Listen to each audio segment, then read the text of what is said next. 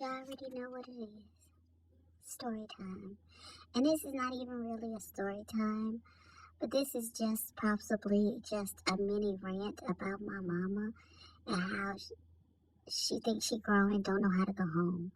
Like, okay, so those of you that know that until my new townhouse is ready, I'm staying with my parents, right? Great, fine, wonderful. It's rent free. Listen, listen, I love them, but I'm gonna have to call this man to see, get an estimated date of when I can move in. Because as much as I love my parents, I need to be grown, and I can't do that here. So, because I need some, we're not even gonna talk about what I need.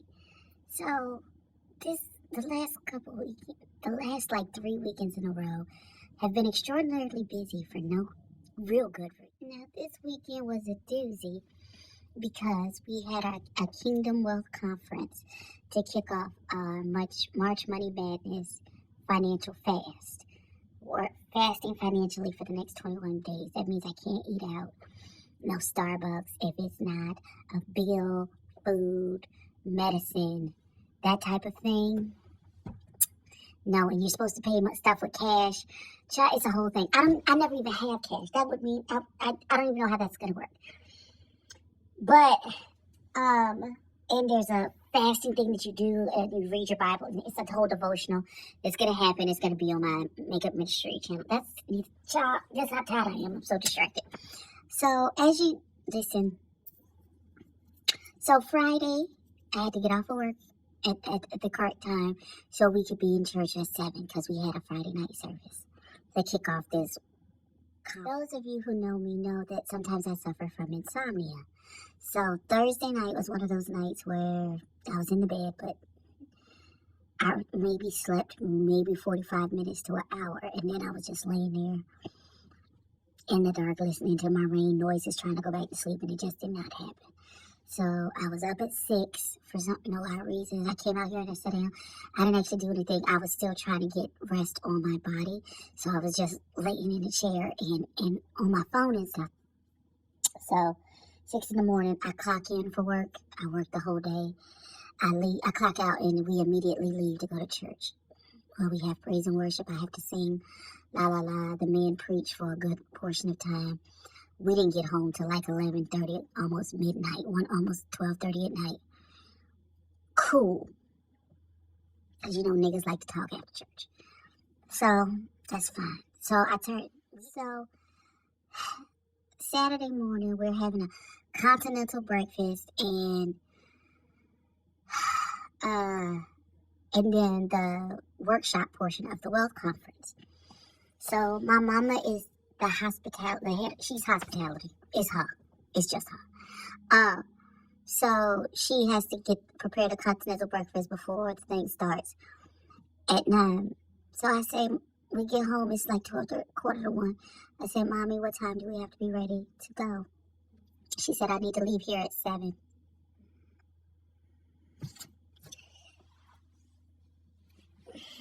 Okay, that's fine. All right, cool. I get up at 6, take a shower. I don't even put on makeup. I throw on a sweatshirt and some jeans and sneakers. And we out the door at 7 something. Bad. We get there. Of course, I'm not going to let my mama do that amount of work by herself. So I'm cutting a pineapple up into small chunks for the fruit tray. You know, making sure the cooler has ice and bottles of water. I've made sure the cups and lids match and all that good stuff on the table. While my mama's boiling egg, making sausage biscuits, turkey and regular pork sausage biscuits. We just doing the thing, getting the fruit, the biscuits, the boiled eggs, all of that stuff together for the continental breakfast that morning. So we get there, we lay the juices, the berries, the yogurts, all of that shit up. So some of the other ladies who actually like to do work come in and then they start helping. And I'm like, okay, this has been wonderful. I'm going to go sit down because you keep putting me on the hospitality. I don't understand how I keep ending up in the helping my mom with hospitality when I myself am not hospitable at all. So, everybody's coming in, and it's 8:30, 9 o'clock in the morning. I think the continental breakfast was supposed to be like 9 to 9:30, and then they go start at 9:45. Everybody is so, I don't know if they took some uppers before they came, but everybody is so, like, I am not a morning person. Y'all know my lives don't even start till like 11:30, 12 o'clock. You know why? Because I'm not a morning person. I don't want to talk to nobody about anything. Don't talk to me about nothing before that time. Listen, I love y'all. I love all of y'all. And I have wonderful conversations on my lives. But I don't want to talk to anybody. Like, I get to work, and the most I'm going to put in the group chat is a GM. So I'm not seem like the rude one. Listen, I don't know how many people that I told at that church yesterday. Let me be very clear. Beloved baby, I am not a morning person. Please come back and talk to me at 10:15. I told my pastor, I love you. Come back and talk to me at 10:15. I'm not a morning. Listen, I don't want to hurt your feelings. I don't want you to go away being like, oh, Sister Ebony is so mean and rude. She is just not a morning person. Please don't talk to me until 10:15. I don't want to talk to you about anything. Please don't try to have small talk. Oh, how you doing? How was your night? Blah, blah, blah. I just saw you a couple of hours ago. Please stop talking to me unless it is 10. Listen, I love you. I get upset when I have to get up early. And I can hear, because this is a loft area, so I can hear what's happening downstairs with my parents when they wake. I don't know, there was something on my ear, and it now was tender. I don't know. I'm not bleeding, so it's fine. But like I was saying, I'm not a morning person. Please don't talk to me till like 11. Like, please. Like, our parents, we having full-blown conversations at 6 o'clock in the morning. Full coherent conversations.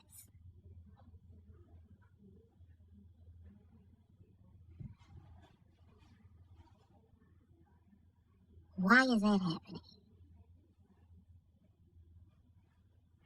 Nigga, shoot me a text. I'ma kiss you and then I'ma leave to go to work. Please don't talk to me that time of morning. Unless you tapping me on my shoulder to lift my hip up. I don't want none of that. Please don't have a conversation with me. This is Nancy. I don't know how we got off on this tangent, but just know, if you love, you can ask Really B. Because when we go on vacation, daughter, don't you come in here with that. I have literally told her, listen, I love you. Don't you come in here with that foolishness. Like, I'm going to have a conversation with you. She get up and make breakfast and have a morning cup of coffee. And, girl, how you even function? I can't. Anyway, so at the conference, lovely. That lasts till like 1, 2 in the afternoon. We're leaving. My mama has an appointment to do her other job, one of her other jobs at 4. I was like, I need to go get a pedicure and get my eyebrows arched. And she was like, okay, I'll drop you off, no problem.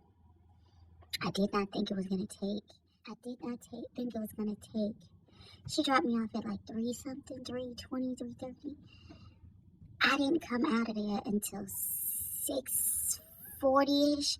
I didn't know it was gonna take 3 hours to do a deluxe pedicure with gel polish, and I arched my eyebrows. But the lady had something to do, so I had to wait on my eyebrows. I didn't have to wait very long, but I did have to wait. I had to wait because they were booked up when I got there. So I had to wait 30 minutes to get the pedicure, and then the pedicure lasted forever and a day. And then I had to wait a little to get the 3 hours. It doesn't even matter. 3 hours. 3 hours I was there. So it's 7 o'clock. I was going to get an Uber home, but my mama called me. She was like, she gave me the house key. Because, of course, we didn't think I was going to be that long, and she thought I was home. I was like, Ma, I'm not even home. I just got out of the thing. And she was like, I'm around the corner. I said, well, I'm going to cancel my Uber, and she came to pick me up. So, Saturday, left the house 7 in the morning. Didn't get back to like 7. Okay, so to recap, Friday, didn't get home until 1:30 in the morning. Had to be up Saturday morning at 6 so we could leave at 7. Did get back home Saturday evening until almost 8 o'clock at night. I'm exhausted, she's exhausted. One of the little called and said, "Oh, I'm coming through." He did not, because God is good, because I listened. I didn't have it in me. I didn't have it in me. Then, it's Sunday morning, so my parents were the first there to open the church and get everything started. The standard time to be ready and to walk out the door is 7:30 in the morning. Bet money. So, Saturday night, insomnia is stupid. I dozed off for 10 minutes in this chair. I couldn't go back to sleep until like 4:30 in the morning. Bet, because my body thought I had a full night's rest off of a 10-minute doze off in a chair. Because that's how my body is done. So, exhausted, I get up, take a shower, do my face, put on this beautiful dress. I got a lot of compliments. Thank y'all.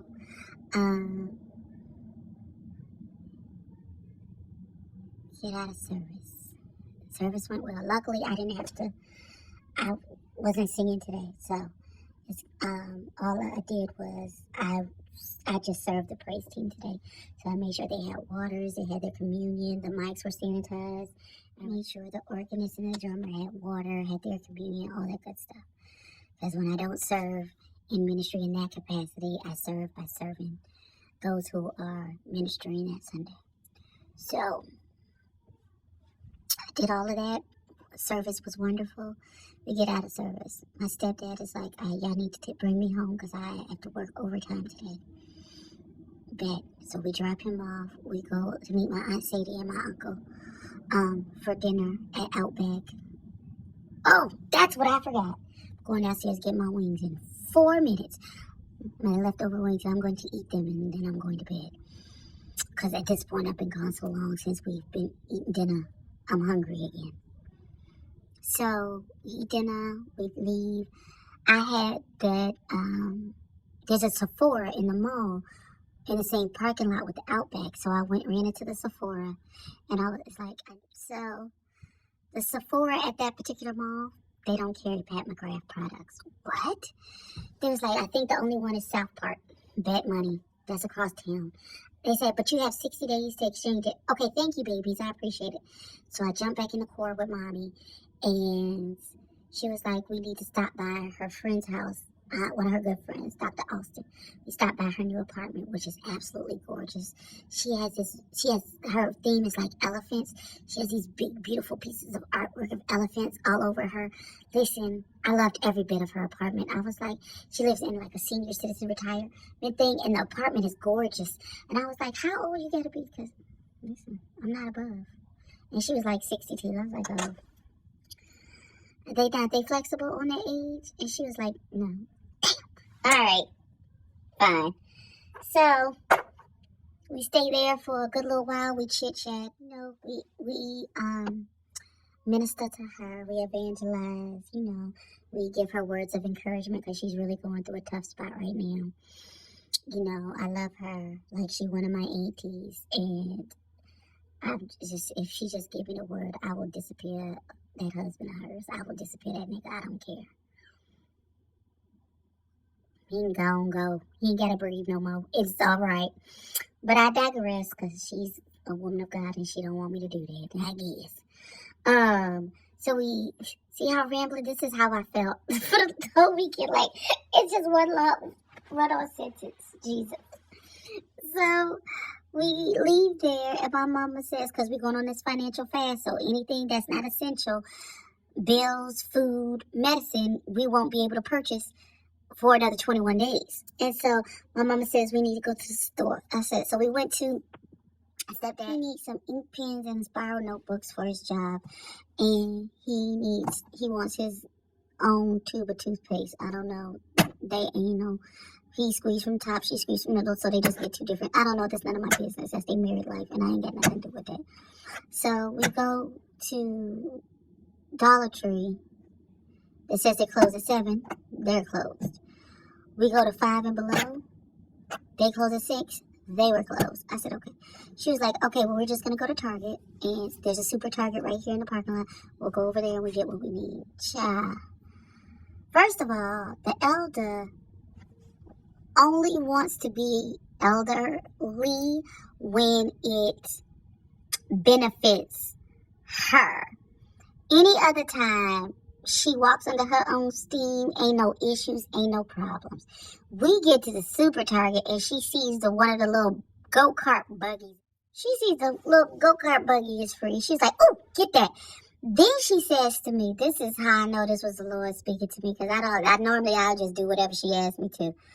Get a cart and follow down behind. I will not. I will not. If it doesn't fit into the front of this buggy, you don't need it. Cha. First of all, she liked to tone my nerves up, because when you put the thing in the reverse and it backs up, that loud beeping, like I feel like that buggy was set to bullhorn, like it was screaming. Every time she meant to move an action in that buggy, she backed up for, Ma, why is you backing up? You just have to go straight. And I said, Ma, stop. I'm trying to catch up to the buggy. She puts it in reverse. Like, I feel like at some point, she was really doing it to aggravate my spirit. I know she was. And then I was like, wow, please. And she was like, this is elder abuse. And I said to her, nursing home. The people in the store was looking at us like we crazy. I can't deal with the elder. I just can't. So she done touched everything she know how to touch. We done found the toothpaste, haggled over which toothpaste to get.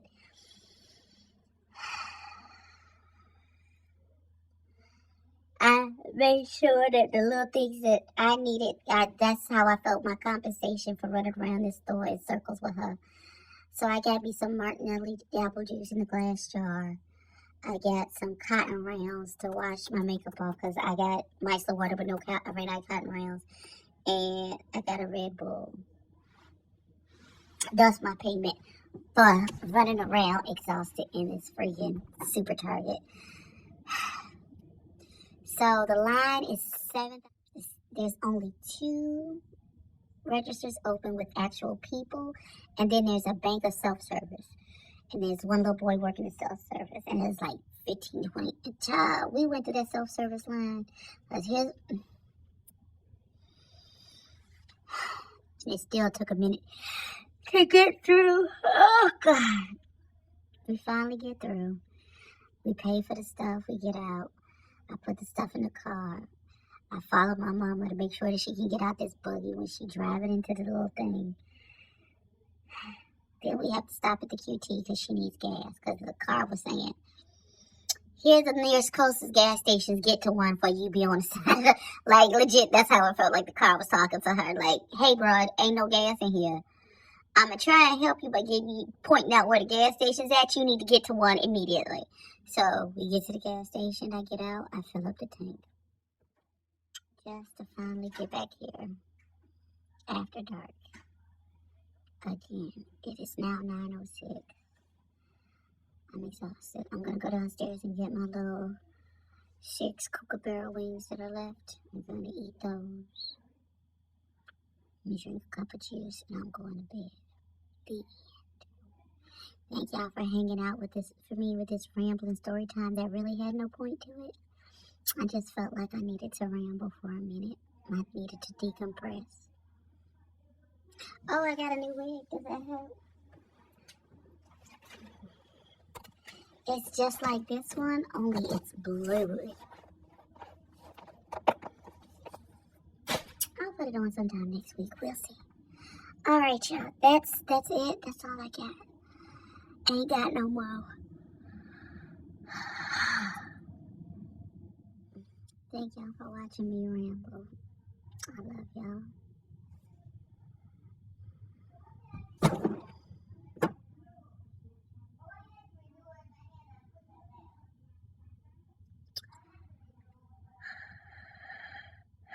was I?